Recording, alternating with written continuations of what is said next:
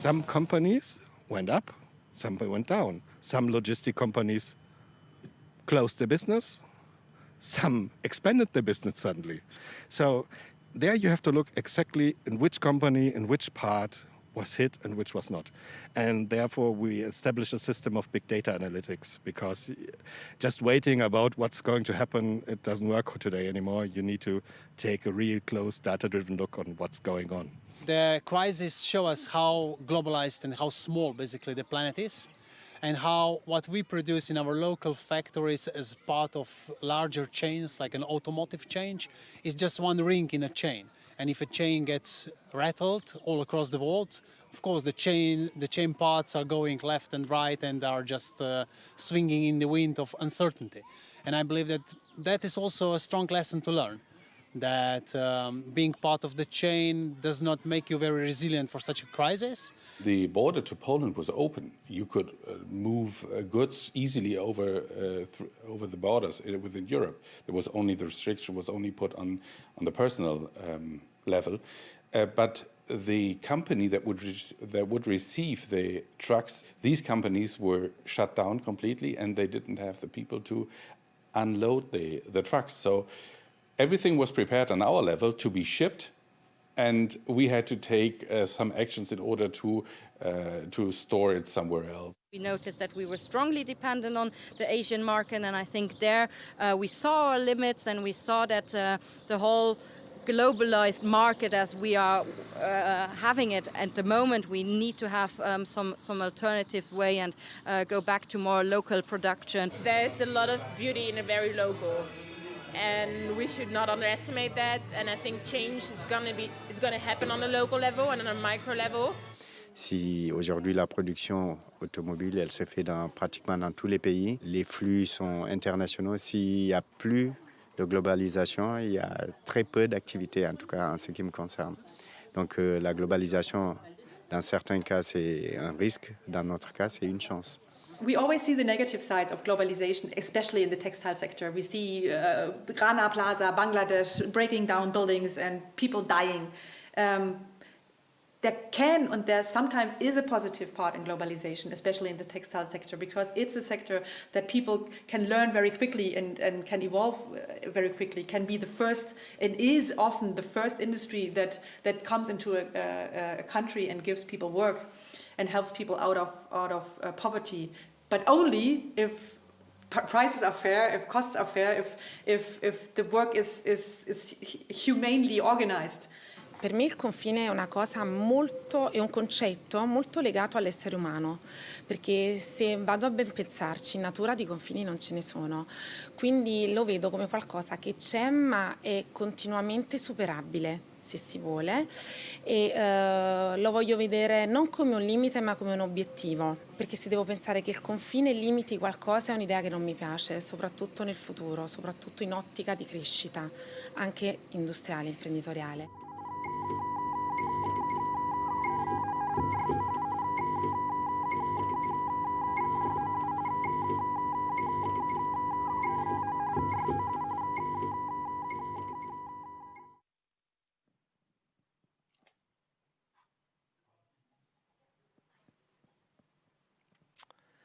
Hello everybody, my name is André Sapir. I'm a senior fellow here at Bruegel, and I'm very happy to welcome all of you from Europe and probably from all over the world to listen to the lecture of Professor Dani Rodrik on the future of globalization. It's a great time to talk about globalization, and I suppose that globalization is not very popular at the moment. If ever it was, it's certainly not very popular at this stage.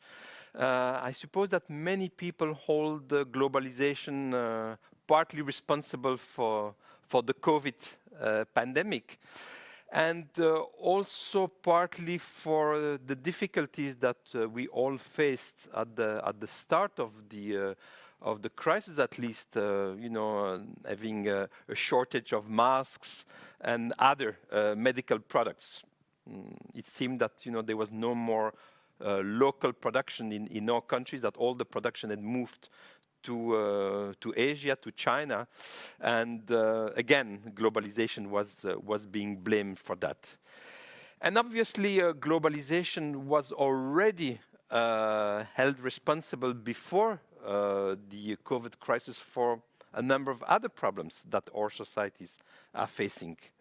Unemployment, rising income inequality, global warming. And in all of this, the face of globalization held responsible for this was typically also emerging countries, developing countries, and maybe China first and foremost. So lots of issues to discuss about globalization. Does it have a future, if at all? I don't think we could have found a better person to discuss this issue than Professor Dani Rodrik, professor at Harvard University. Now, Dani has a long and distinguished career as a professor at Harvard University. Spent a couple of years, if I remember properly, at Princeton, at the Institute for Advanced Studies. Then came back to Harvard. Dani's research focuses on globalization, growth and development, and political economy. Is really written extensively, and magnificent work on all of those issues. And it's true that he was also one of the early voices to raise, at least in the economics profession, to raise some questions, some important questions about globalization. We all remember his 1997 book, Has Globalization Gone Too Far? So already back then, issues about globalization were being raised. No doubt that Dani Rodrik is deeply committed to social justice. And this has led him last year, in 2019, together with other economists, to found and now to direct the Economics for Inclusive Prosperity Network that is making very valuable contribution to issues relating to social justice from an economic analytical viewpoint. So Dani will speak for 30 minutes. He will use slides. So he will make a presentation. During the presentation, you, the audience, will be able already to ask questions using Slido, the application that we use for this purpose. And after his presentation, I will then pose a question. There will be a poll, and you will have a little bit of time to answer that question. During that time, I will start a dialogue with Dani. I will put my own questions, but I will obviously already relay some of the questions that you, the audience, will have posed and will continue to pose throughout this hour. So Dani, the floor is yours for 30 minutes. Thank you very much, André. Thank you to Bruegel for the invitation. It's very nice to be here virtually with everybody who's watching, and I really look forward to the discussion that we'll have with you, André, and the audience at the end of my remarks. I guess if there is one thing that perhaps I'd like you to take from my presentation is that we should view globalization not just as one thing, that there are many, many different globalizations. There are many questions that we need to answer, and depending on how we answer those questions, we're in fact going to get different kinds of globalization, some that are more inclusive, more conducive to stability and prosperity than others.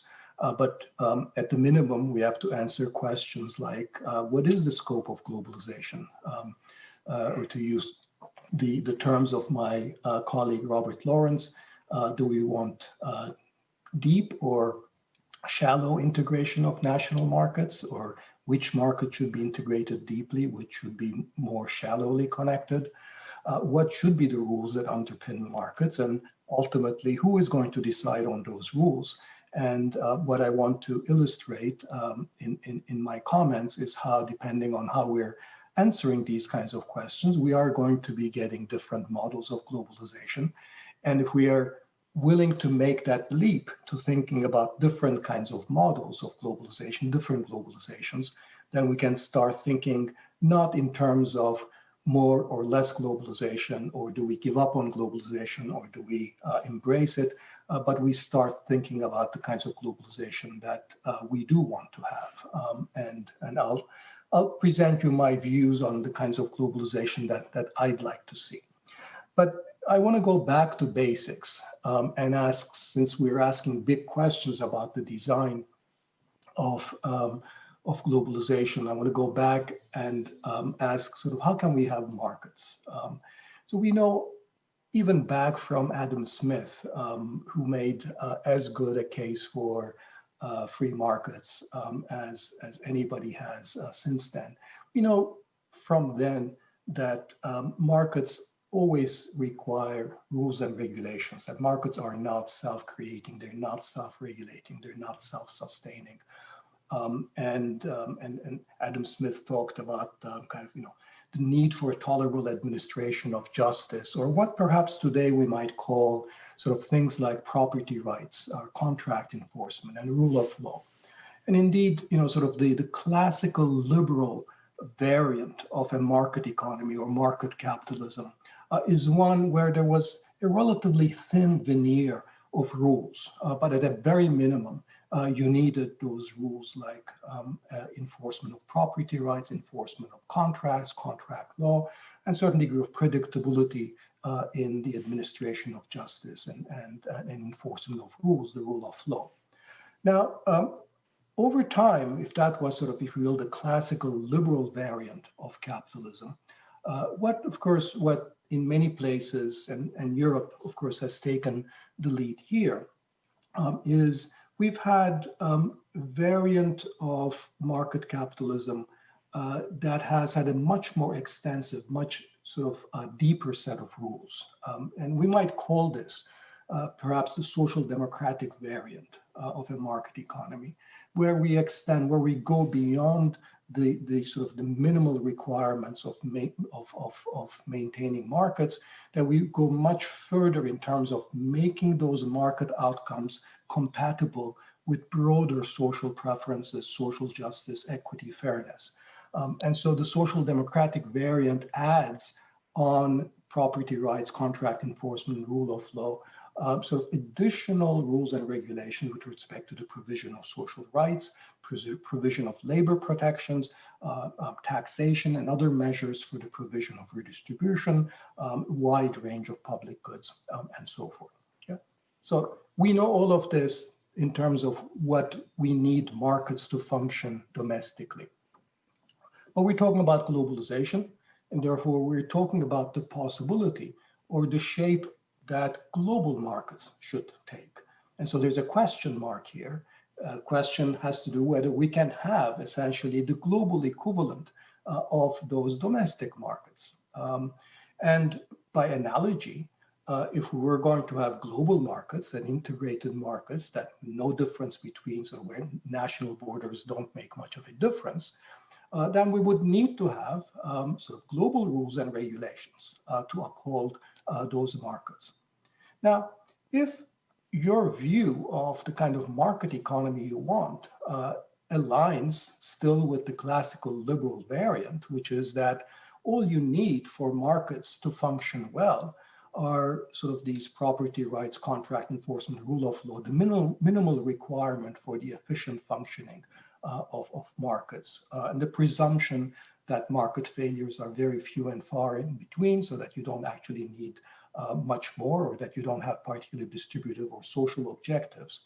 If that's your view of what markets actually require, then the good news is that you can indeed have global markets.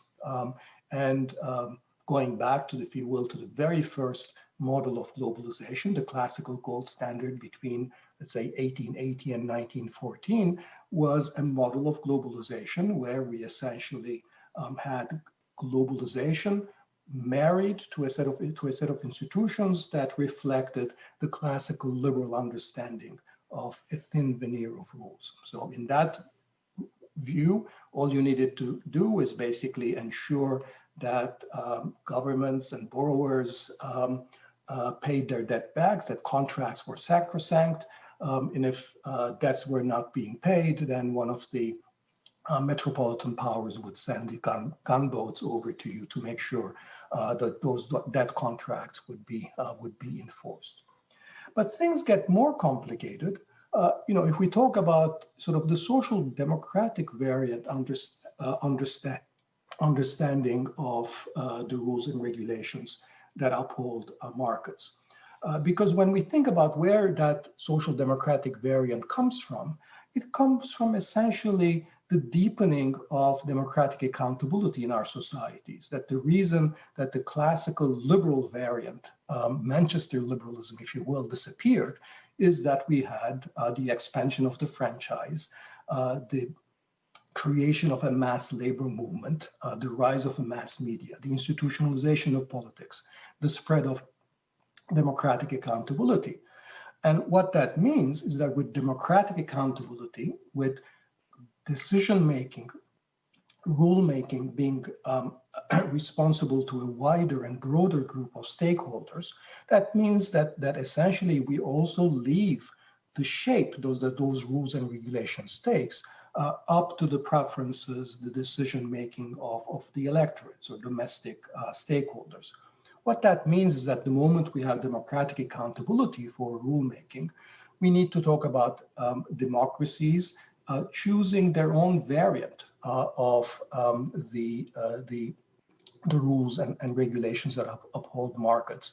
So even within the social democratic variant, we have different nations deciding on very different labor market rules, different social protections, different industrial policy regimes, different tax regimes, and so forth. So democratic accountability implies democratic experimentation. It implies diversity. It implies that there is not going to be a single set of rules and regulations that can uphold global markets. And what does that imply for the feasibility of global markets with that richer understanding of the rules that are required? Well, one possibility is essentially that we give up on democratic accountability in favor of trying to enshrine global markets.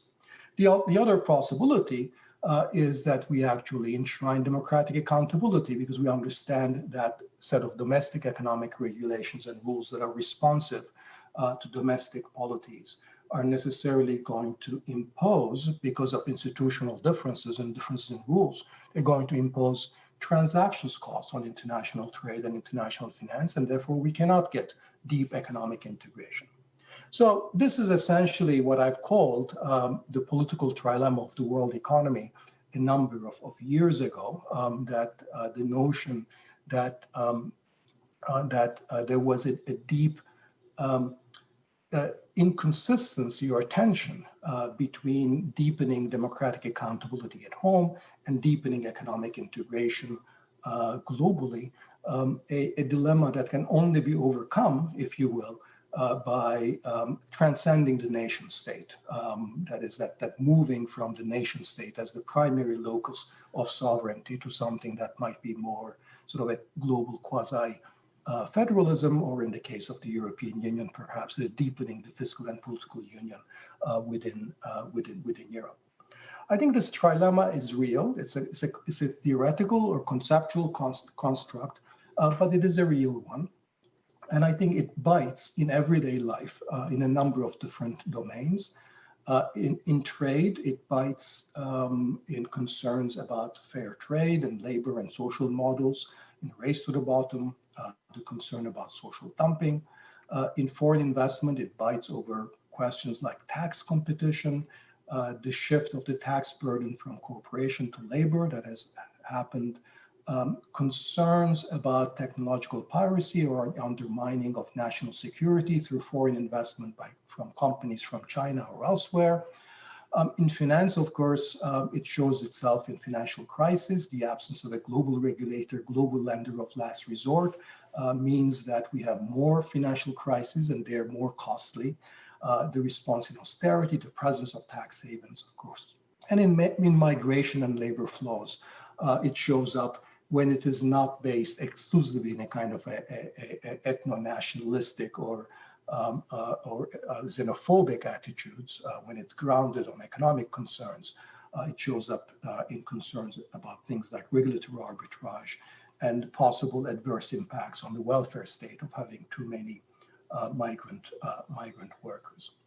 I think the trilemma gives us a bit of an insight to the populist backlash against globalization, which in some ways mirrors the backlash that we had against the late 19th century, the gold standard version of globalization, that was also rooted in the economic anxieties and economic burdens that many parts of the economy were facing under the rules of the gold standard.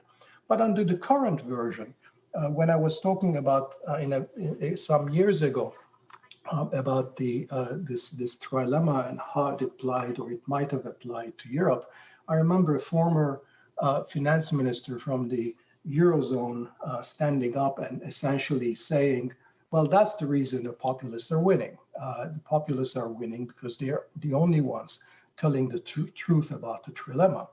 Now, what does that mean? It means that basically centrist political leaders, the centrist political establishment, have for a very long time essentially refused to acknowledge these constraints, that you could maintain, that you could eat your cake and have it too. That is to say that on the one hand, you could maintain your sovereignty and democracy. On the other hand, you could deepen economic integration. Whereas populists have been very clear and upfront about their preference for national sovereignty. Now, it turns out that most populists in Europe and also in the American version, this preference for national sovereignty has been matched with a typically nativist, right-wing authoritarian domestic agenda. But I think it's entirely possible that it could also be matched with a progressive or inclusive agenda as well. And I think historically, the American progressive tradition or American populism, which ultimately I think shows up in a different way in the New Deal of Franklin D. Roosevelt in the 1930s, is an example of a much more progressive, inclusive reaction to globalization. You have to remember FDR, one of the first things he does is, of course, take the United States out of the gold standard so he could have a free hand with managing domestic monetary policy and reflate the economy at home. Now, all of this in many is really backward looking, but I think it's important in terms of framing how we would think about a future global order. What I've argued is that the kind of hyperglobalization that has marked the kind of globalization we've had since the 1990s is essentially incompatible with democratic accountability because national sovereignty, or what one might call a desire to be different, desire to have your own regulatory social models and industrial models, and that might differ from those from your trade or financial partners, that is unlikely to dissipate. And here's where I come to underscore that in fact there are different globalizations, and historically there are at least three different kinds of globalizations that we have experienced. I've already mentioned the gold standard. I've mentioned the post-1990 model of hyperglobalization. The one that I did not mention, and I think it's very important because that's where I want to end my remarks really as I point to the future, is what might call the sort of the Bretton Woods regime, the globalization that we had, let's say, between 1945, and I would actually extend the Bretton Woods regime perhaps into the end of the 1980s, although very specific currency arrangements already had collapsed by the late 70s. Now, as I've indicated here, and as I think made clear in my comments, that one respect in which the post-1990 hyperglobalization was similar to the gold standard is that the rules of the global market reached much more behind the borders, that there were global rules that essentially prevented domestic policymakers from doing certain things and responding adequately to domestic stakeholders. And that, of course, is the primary complaint about the post-1990 hyperglobalization as well. The Bretton Woods regime, by contrast, is the one that did not make such demands on domestic policy autonomy. It did not, the global rules enshrined, whether under sort of the GATT regime or under the IMF, were a relatively thin set of rules that were restricted to barriers at the border, quantitative restrictions or import tariffs, and with respect to macroeconomic and financial management, left a lot of room for domestic economic policymakers. Capital controls, after all, were supposed to be, according to Keynes himself back in 1944, a permanent feature of the Bretton Woods regime, so it would leave room for the domestic macroeconomic management of domestic monetary and fiscal authorities. Now, you might look at the Bretton Woods and say, well, compared to the gold standard and the post-1990 model of globalization, maybe you might say that was such a shallow model of globalization, there were so thin rules that we may not even want to call it globalization. But the fact is that in terms of where it mattered, the Bretton Woods regime was in fact extraordinarily successful, not just in terms of raising incomes around the world, but in terms actually sort of in terms of the volumes of long-term investment and volumes of world trade. So here I have just three indicators. One is the volume of world trade, and I compare the period from 1950 to 1990, the Bretton Woods regime, taking out the first 5 years after the Second World War, because I don't want these growth rates to be influenced by the initial bounce back from the end of the World War. But even if we do that, we can see in the context of world trade, for example, that somewhat surprisingly perhaps, world trade expanded much more rapidly under Bretton Woods than it did in the post-1990 hyperglobalization model. World GDP on the whole performance was similar. When we look at some of the key countries in the world, most European countries actually, and many developing countries, here, my indicator for a European country is France. It would not have been very different if I had included Belgium instead of France. But the point was that there was, growth rates were in fact higher under that earlier regime. Now, this is a paradox only superficially. The superficial paradox being that both incomes and globalization levels might have advanced more rapidly under a less restrictive globalization or a less deep globalization regime. But I think I interpret this as essentially as vindication of the idea that a sound globalization has to leave enough room for domestic economic management and domestic bargains to be struck between different social partners that allow sort of inclusive prosperity within individual countries. And then if you allow that inclusive prosperity to proceed, then countries, in fact, are more likely to welcome trade and investment because they have less to fear from the economic anxieties that integration into the world market might create. So it's what that means, I think, for the future, or my preferred future, globalization, is that I believe we need to return to the spirit, if not the actual practices of the Bretton Woods period. So I don't mean let's return to necessarily widespread capital controls. Let's return to fixed exchange rates, and let's return back to widespread quantitative restrictions. But I do think that we need to return to a kind of a thinner model of globalization that's going to be also more sustainable. That's going to require new traffic rules for the world economy. In general, much greater policy space for both developed and developing nations, and a recognition and acknowledgement that regulatory diversity, whether it's in subsidies, in industrial policy, intellectual property areas, sanitary standards, product regulations, financial regulations, that regulatory diversity is for the most part a good thing, that we need to trade off the gains from trade that we get from eliminating regulatory diversity and establishing regulatory harmonization against the losses from giving up on regulatory diversity and being more responsive to national demands. I think what that means for developed countries, advanced countries in particular, is that we need a system that's going to give priority to reconstituting social contracts at home.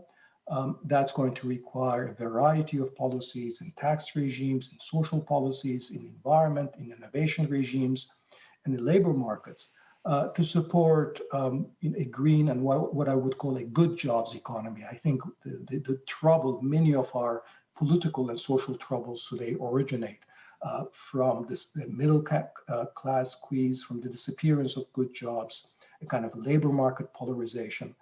And that's going to require a largely domestic policy agenda. I think what international and financial rules can do here is rather limited, except for providing room for those policies to be implemented.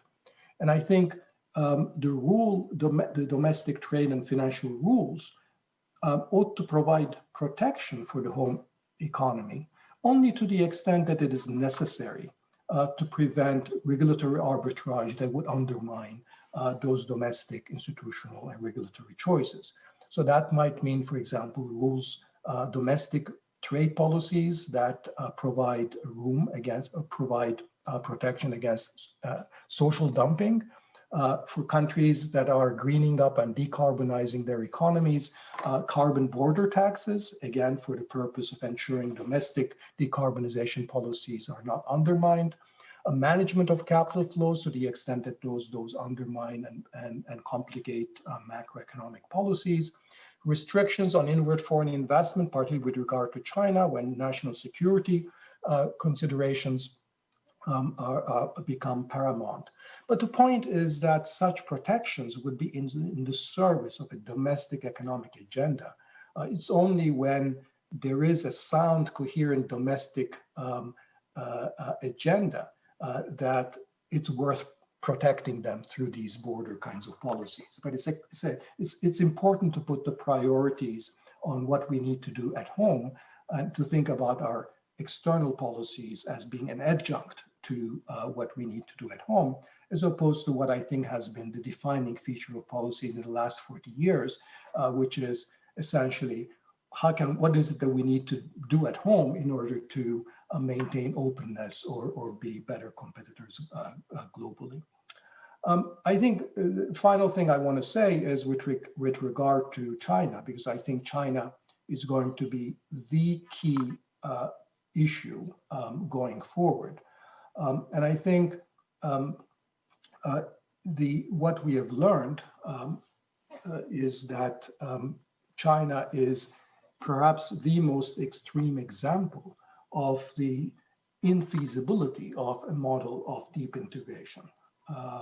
And so we're not going to be able to go back to a model where we can expect China to comply with the kinds of WTO norms that we thought, I think misleadingly, that China would.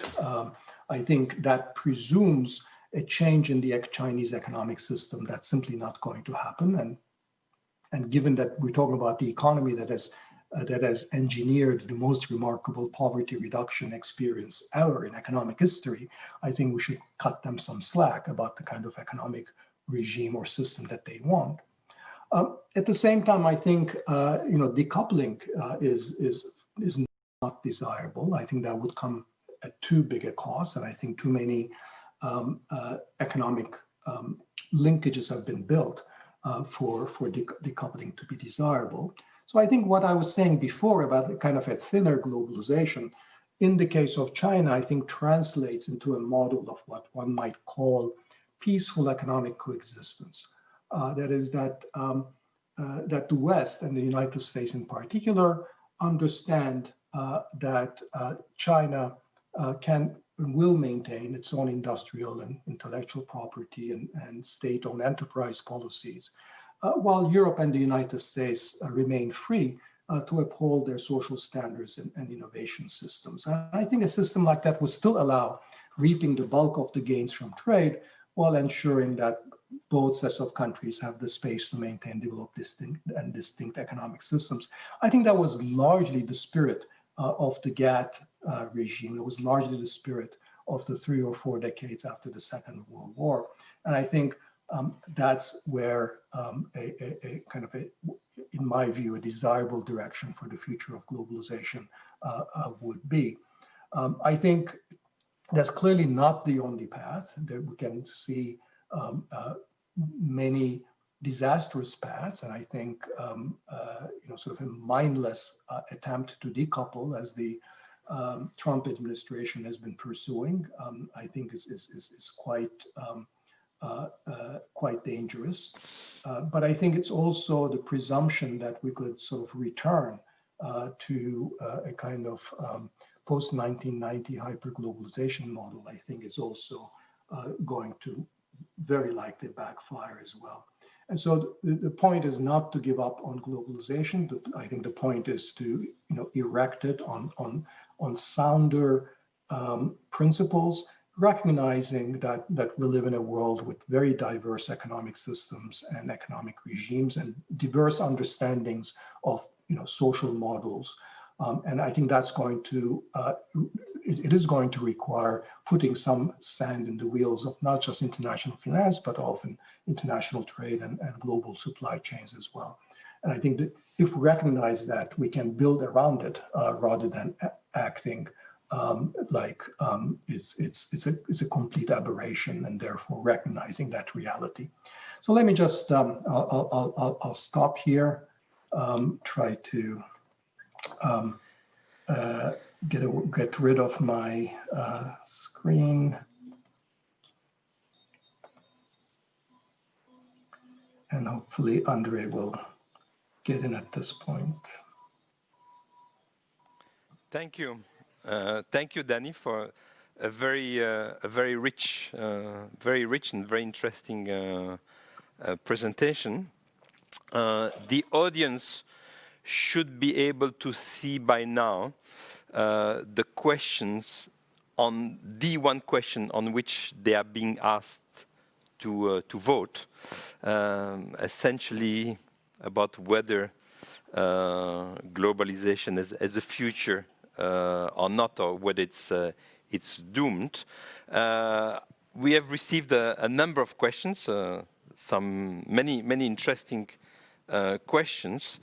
And before I get to the questions from the audience, let me make some comments, if I may. I would say, on the whole, it's hard to disagree with the presentation. I think the spirit of the presentation is very much one that I share. So the goals that Dani is trying to achieve, that is to keep globalization, but reduce or to make globalization, in a sense, feasible for a world which has changed quite a bit since it was the case 30, 40 years ago. So we can't go back, obviously, to the era of Bretton Woods. The world has changed too much. For instance, China, there was no China then. There was no, there was basically no India as well. So more than half of the world was out of the picture. So we're in a different world, but yes, we would like to keep some of the features or some of the outcomes that we had in that sort of golden age after World War II and during the Bretton Woods period. And let me just sort of say, what is it I get from the historical experience, and how does that relate to the presentation? And because then you spoke a lot about the 1930s, Roosevelt, obviously World War II, and then what was built indeed by Keynes and by his American counterparts after World War II as the Bretton Woods institutions. And so I think it's fair to say that during the war, during the Second World War, and immediately after the Second World War, the advanced economies, mostly, that created the Bretton Woods institution did two kinds of reforms. One kind was the domestic reforms, the Roosevelt sort of New Deal reforms that were then also generalized to all of the advanced economies, the UK, Europe, each of them in their own fashion had sort of put in place a social contract. And then there was a global contract, the global institutions, right? That's what was put in place as a lesson of the 1930s and the first part of the 1940s. Domestic institutions, the social contract, and global institutions, Bretton Woods and the GATT. And that worked very well for a while. And now we are so many years later, so many things have changed, both domestically and globally. Different players, different policies, different technologies. And I think that indeed today one has to ask oneself whether both the domestic institutions and the global institutions are fit to deal with what has happened to globalization. And I think this is what you are dealing with. And I should say, and this is where I will divide my comments, I'm with you 100% on the domestic part. I'm in quite disagreement about the global part.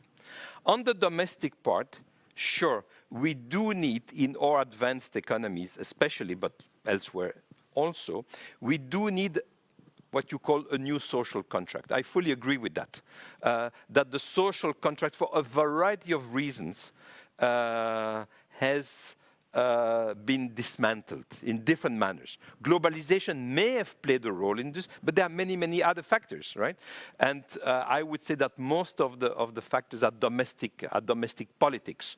And tax reforms that have occurred, there's been also obviously technological change. Many factors have occurred, but the same social contract that was good to many of our societies need to be revamped today. And so I think, and this is also the emphasis that you put, the domestic side. So I'm with you 100%. And if we don't do that, obviously, I think that globalization will be hard to sustain from the politics. What you discussed about the populism. I think definitely there is something there that is very, very, very, very correct. I would also agree that domestic politics and domestic policies that are key to engineer a new social contract are not enough. We also need, at the international level, to extend the reach of the global rules, and that needs to include taxation. So I think that indeed taxation has become a huge problem. And there is, if you want the social model to be financed, you need also resources. And that means taxation. So I think, yes, the social contract, the extension of the global rules to taxation, I'm 100% with you on that. Where I depart from your view is about one of your fundamental tenets, is the space, the policy space. That you think that this era of hyper-globalization, as you call it, by the way, I question very much your graph about the growth of trade and GDP before 1990 and after 1990. I have lots of questions about whether those numbers are correct. I don't think there are. But okay, let's leave that aside. What you call the period of hyper-globalization in the 1990s is essentially the fact that countries have lost policy space, right? This is what you're after.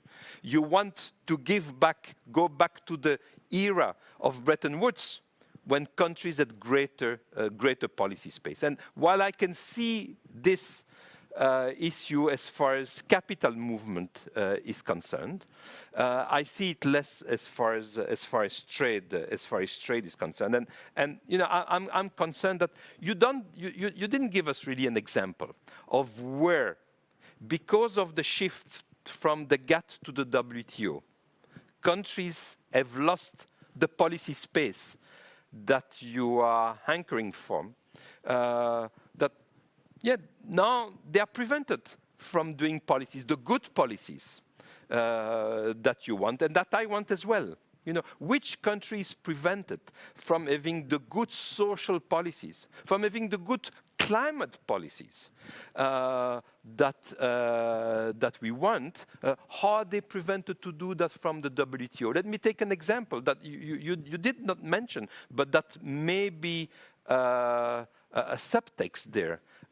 Is any country prevented from putting in place climate policies to stop climate change, whether it's taxation? In the EU, there's been much discussion, as you know, about border climate adjustment system. By all means, and all discussion I've had with trade lawyers, there's nothing in WTO rules that would prevent that. Nothing.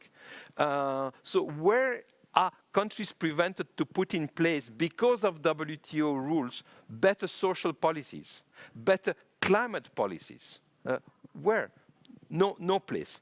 So yes, it sounds great, having space, but I don't think that the space has to be done politically at the domestic level. It's not because of WTO rules someplace that countries are not able to have those policies, those good policies that you and I want to have them in place. And I'm in fact rather, and you are as well, I suppose, questioned by the fact that the one country that is questioning the most the WTO rules at the moment, the United States, it's not doing that exactly because they want policy space for better social policies or better environmental policies. This is completely different. And I'm also remarking on the fact that weaker countries that need international rules, the strong countries like the United States, we know the rule of the jungle, the strong ones, they don't need rules, right? It's the weak ones that need rules.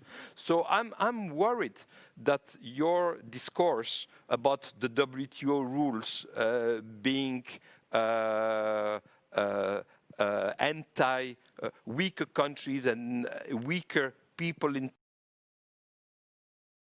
of the policy space that they need, that in fact is doing the other way around. Weakening the WTO is strengthening the strong countries at the expense of the weak countries. That's my first point about the policy space. My last point about the policy space is about China. I agree with you again about the vision. And the vision that you expressed is peaceful economic coexistence between China the countries, including the West, including the advanced economies. And I share with you the view that, we, for quite a while now, we should give up on the idea that there's going to be a regime change in China. Maybe we had hoped that to happen when China joined the WTO in 2001, but in 2020, we don't see that in the horizon. So we need a system, indeed, we need a global system where there is space for countries, for China and for others to have what you call this peaceful economic coexistence. So fully agree with you.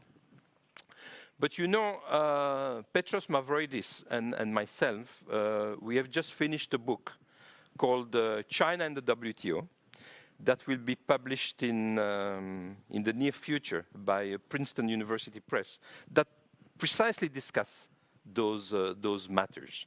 And we come to a very different conclusion than you do. You know, we don't come to the conclusion that, you know, we should go back to the GATT rules, the thinner rules. We say, no, WTO rules need to be changed to some extent. And they need to be changed not with respect to China to engineer a regime change in China, but to engineer some behavioral change in some dimensions. Because, you know, when you speak of policy space for a country like China, that has now become the largest exporter in the world, the second largest economy in the world, there I think there is a real danger that if we do not change some WTO rules, not again to force China to change regime, but to force China and other countries to change their behavior in some dimensions, in only some dimensions, those dimensions that are indeed not compatible with the functioning of a global system, then we will not have WTO rules, we will not have GATT rules. We will destroy the system altogether. So I think there's a real difference between us. So maybe I give you 2-3 minutes to respond to this, and then I take some of the questions from our audience, some of them that relate to what I just said, but some that go into completely different matters, and perhaps also we could see what is the result of our poll about the question that I put forward about whether or not globalization is doomed or whether there is a future for globalization. I need to put my glasses here, otherwise I won't see the result. So is globalization doomed? The answer is no for 86% of the audience, and yes, 14%.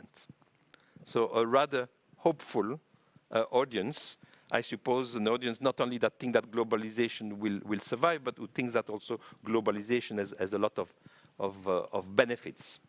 So Dani, why don't you, I mean, take, obviously, you know, not expecting you to give a full answer, but, you know, why don't you give some remarks to what I just said, and then we'll get to the audience's questions. Okay, great. Thank you, André, for those comments. I look forward to your piece on China, and maybe I don't know. I doubt we'll have time to discuss that at length too. But let me go straight into what I think is what is probably the greatest disagreement is on this notion of policy space, because for me it is important, and you were rather dismissive. I think it's important to understand where the constraints really come from. The constraints actually don't come necessarily from specific WTO rules or specific agreements. The constraints are really cognitive. The constraints are in the minds of the domestic policymakers in terms of how they think the rules, what do they think the rules of the game are. And let me give you a very immediate example here, historical example. We've talked about the gold standard. We can agree that there was actually no external constraint in the gold standard, in the sense that there was no international agreement that made any country peg their currency to the gold. And certainly for any large country like the United States, no international constraint that would prevent them from servicing their debt contracts in gold. But the constraint was in the perceived rules of the game as the domestic policymakers followed them. And so there was a rules of the game, and it was in the constraints. And even though there was no external enforcer, the system imposes constraints on what individual countries think it is proper to do, what they need to do. Now, in the post-90 world, in a post-WTO world, of course, some of them have been codified in the form of actual WTO agreements or trade agreements or rules with respect to capital flows in the OECD and so forth. But that's only a subset of the rules as they existed. To find where the constraints and the lack of policy space exists, you actually have to go and look at what policymakers were doing and saying. I'll actually give you a specific example about that's particularly germane about actually existing written down rules. But I think the broader issue is the kind of, sort of when, a quote that comes to mind is Tony Blair back in 2005, defending globalization by saying, I hear people say we have to stop and debate globalization. And he says, you might as well debate whether autumn should follow summer, right? So it's a given, and you should just stop complaining and do what globalization requires you to do. It's an inversion of the policy priorities of the Bretton Woods period, where the global economy under the Bretton Woods were supposed to be in the service of domestic economic and social objectives, including full employment. After the 1990s, as this quote from Blair indicates, it became that the domestic economy became in the service of an open global economy. But let me get more concrete and give you, you asked for an example. Let me compare, let's compare the 1980s and 2000s in the way that US trade policy reacted to what was then the dominant import surge and threat. In the 1980s, it was Japan. In the 2000s, it was China. Now, in the 1980s, even though we had in the US a free trader president, Reagan, Reagan responded to many of the sort of social conflicts and distributional conflicts that were generated by the Japanese export surge by putting in place voluntary export restraints. And you'll remember, André, very well that was when we started talking about the new protectionism, right? And a lot of people really became very worried that this might be, sort of globalization was going off track. Now, there was nothing in the rules then, because the WTO had not yet come into effect, that really prevented countries from doing, WTO, doing these VERs. In fact, they would be subsequently banned in the WTO.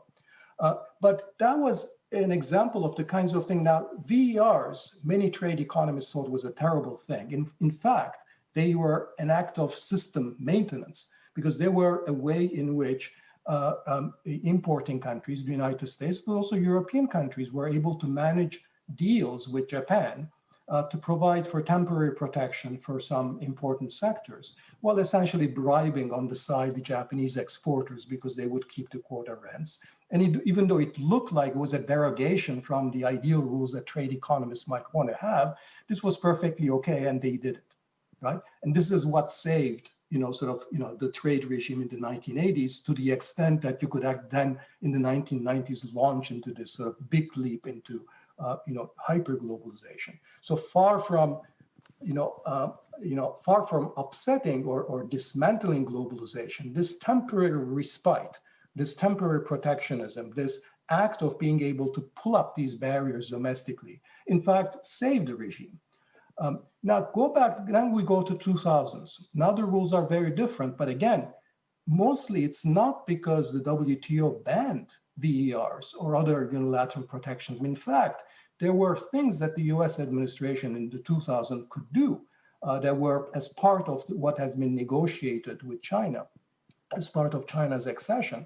But because the 2000s understanding of the rules of the game was the Blair understanding or the Clinton understanding that, like globalization is a force of nature, there's nothing you can do to it. as much, like you can't, affect a hurricane, you can't affect globalization, so you just have to, basically grin and bear with it. There was essentially very little done to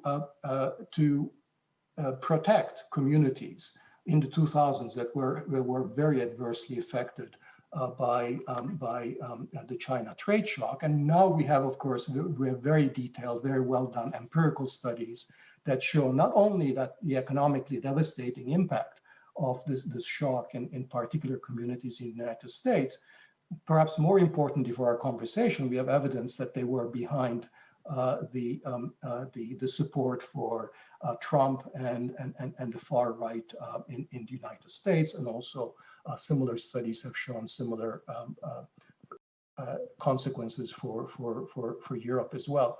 So this is this is an example of differences. Okay, I don't want to pursue on this. Thanks. I just want to have a little bit of time for some of the questions, Dani. Sorry to interrupt you, and I'm not going to give a rejoinder. I take fully your answer. You can, but you'll have to allow me to respond. No, but we can do that later on a bilateral basis. Let me convey to you a couple of questions that have been put forward by a number of the people in the audience. One question is by Renilde, but many people have endorsed her question, and one question is by Alessio, but also endorsed by many. And let me give you those two questions together, and they are very, very different, but let me give them together, and then you can handle as you wish. The first question is about the trilemma. In a sense, what we have been talking about just now in part, and about the fact that the world has become a very diverse world. We spoke about China, about emerging countries, and it's clearly this trilemma becomes more difficult to deal with the larger the diversity of the world. And so one of the questions is, well, isn't a solution to this trilemma to confine globalization to a smaller group of countries? You know, if you're talking of sort of deeper integration among a smaller group, more like-minded countries, and indeed a more shallow integration at the world, is that not the solution? I think I know the answer to that, but I mean that's for you to answer. And the second question is about the digital technologies, and this is about the nature of globalization. I mean, you started your presentation, and I think quite rightly, by saying that globalization is a multifaceted concept. It's a very complex issue, and one of the new dimensions of globalization, what we are doing right now, in part through this conversation, is using digital media. And but there is artificial intelligence. There are many facets of digital technology. And what is it that you think? How do you think it will transform globalization and the policies, obviously, that you want to implement to make globalization more gentle than it may be at the moment? So those two issues, the diversity, the heterogeneity, and the deep versus shallow integration, and the second issue is about the digital technologies and the impact on globalization. Give you back the floor.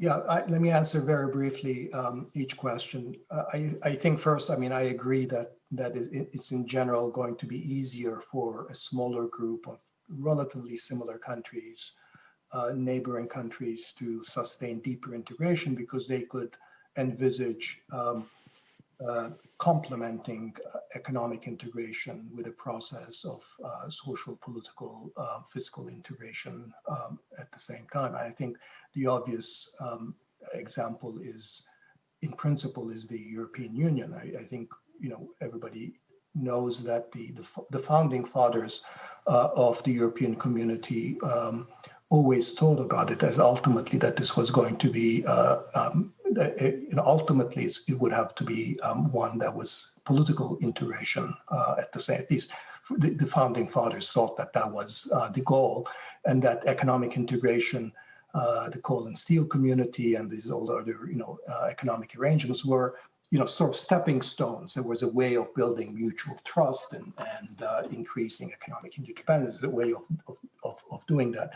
I think the European Union went off track in the 1980s with the leap towards a single market, where I think the economic agenda completely began to overshadow the social and political agendas. And I think, of course, an even bigger leap was taken with the European currency unification and the euro. I think that created a very huge imbalance between how economically integrated Europe was and how unintegrated it was in so many other dimensions. And I think, the only way we can solve that problem is logically either fiscal and political integration will have to catch up with economic integration, or economic integration will have to somehow step back. And I think, Britain is an example of a country that has chosen less. And André, it's irrelevant to our previous discussion that Britain, of course, was formally the one that was least restricted by European rules, but still felt that that they didn't want to live under European Court of Justice or under the bulk of European acquis communautaire. So with respect to digital technologies, I do think it's going to have to require different kinds of rules. I mean, I think they raise significant questions about national security, about issues about privacy, and issues about new forms of competition and how to deal with winner-take-all markets and network externalities. So there are at least three different sets of issues that are raised by these technologies. And I think in many ways Huawei is a kind of a test case for many of these things. If I were to apply my principles for, let's say, the US-China modus vivendi or live and let live approach to the Huawei case, I would say that under my principles, the US ought to be relatively free to keep Huawei from its own market on national security grounds, but that US should have relatively limited justification for banning the sales of components or semiconductors and chips to companies outside the United States that might be part of the Huawei supply chain. So again, the principle is you're allowed to protect your own national security if you think that, the presence of Huawei is a threat.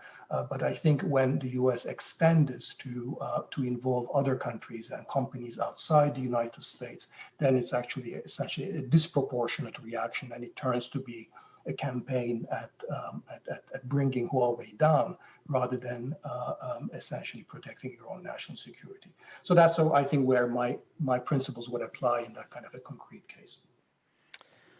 If I can abuse the time, we have such an interesting discussion, and also to relate this to one of the questions that I have received here, maybe even a couple of questions. They relate to geopolitics.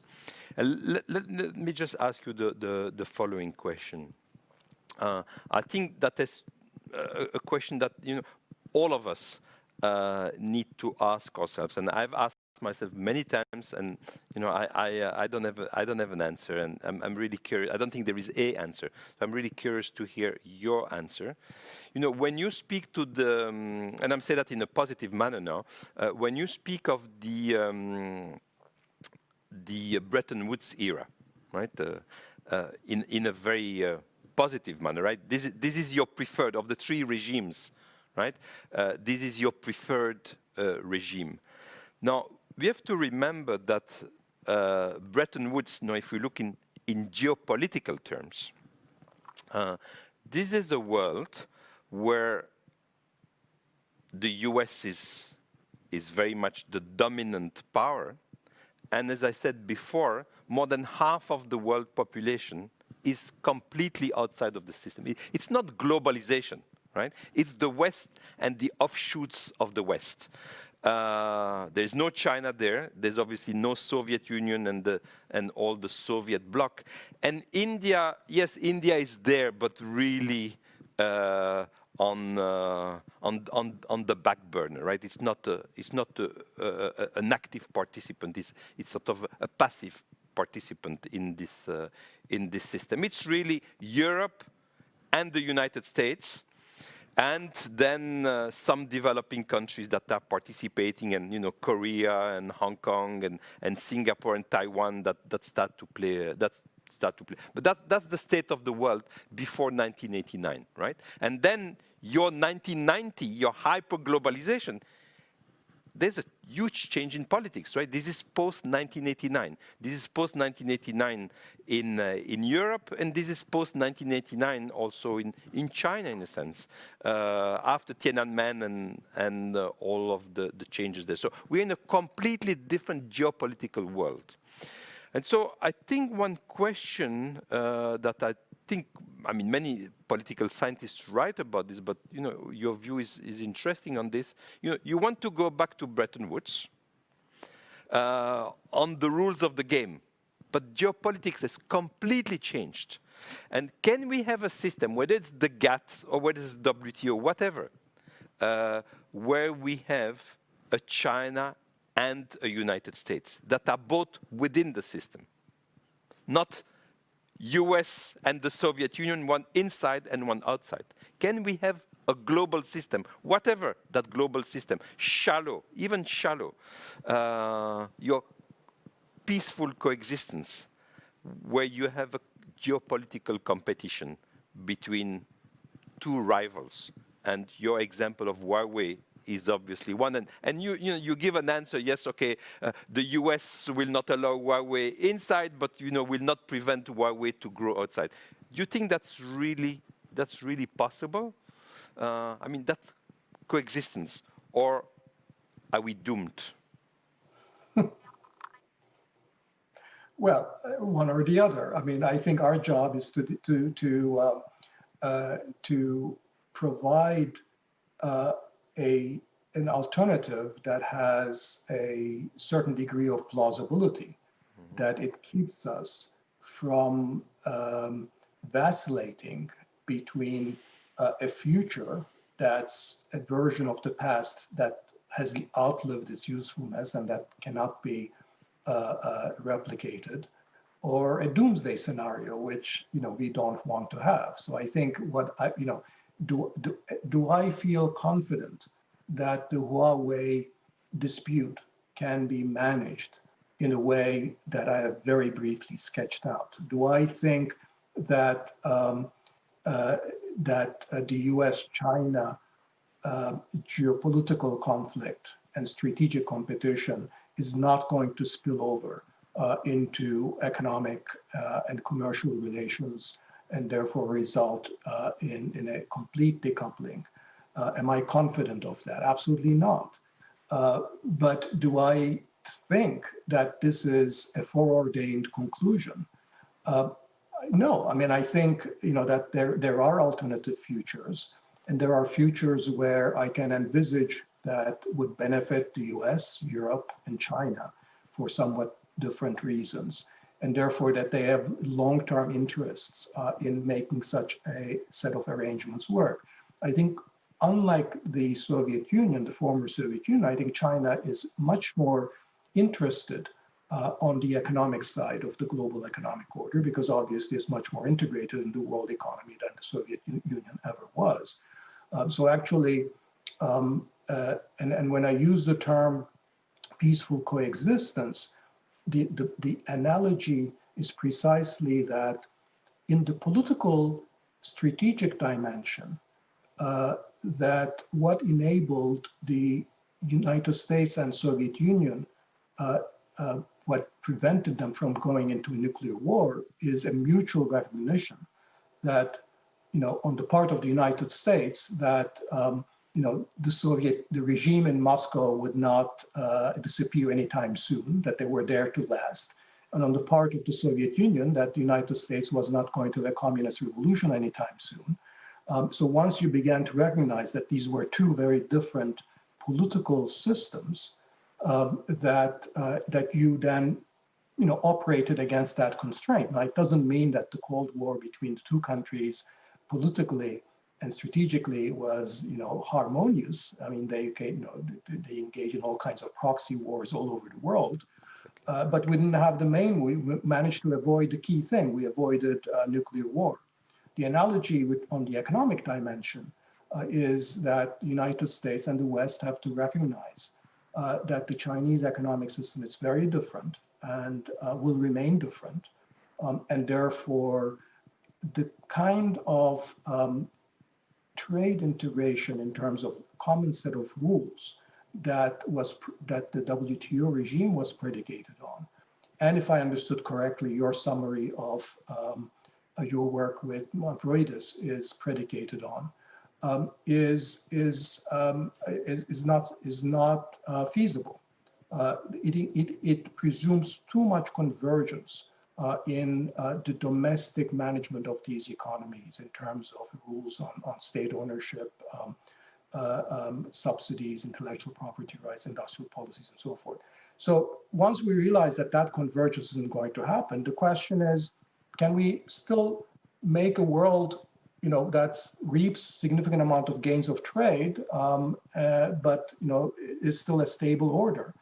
And I think I appealing then to the Bretton Woods regime because that was a version of an order like that. Now you say that the most of the world wasn't included in there, but that's not quite true. I mean, more countries grew more rapidly under Bretton Woods than under post-1990 globalization. The chief exception to that is China. And how did China? India. In terms of weight of population. Yeah, as a good example of trade integration or integration into financial systems, neither China nor India played the globalization rule by the post-1990 conception of what they were supposed to be. China, which is by far the most successful example of that, sort of actually is the chief example of a country that played globalization by Bretton Woods rules because it had trade protection, because it had subsidies, because it had its own industrial policies and intellectual property rights. It managed capital flows, it managed its currency. But what are those rules? They are Bretton Woods rules. Now, it is a fact that they free rode on on other countries' openness. But in terms of their own economic policies, which is basically 80% of their success is their own economic policies, now they were Bretton Woods rules. So I think even the chief successes of the post-1990 order are essentially grounded in a very different understanding of what those global rules ought to be. All right, let's agree to disagree on that point. But I think we very much agree, and I very much agree with you that the issue of peaceful coexistence between China, the United States, Europe, and the world in general is really the major topic of the next decades, of today and of the next decades, and how to reconcile the economic interest and the geopolitical interests, and indeed find that path, maybe a narrow path, that will avoid the two pitfalls that you have well painted for us, and seek this more harmonious future, harmonious in political terms and harmonious in economic terms, is indeed what all of us need to work on. And I'm very grateful for all the work that you are doing in this space, and for the time that you devoted to us this afternoon to engage into this very interesting conversation. So Dani, I will say goodbye to you. I will say goodbye to our audience and looking forward to reconnect very soon. Bye-bye. Thank you, André. Take care. Bye, you too.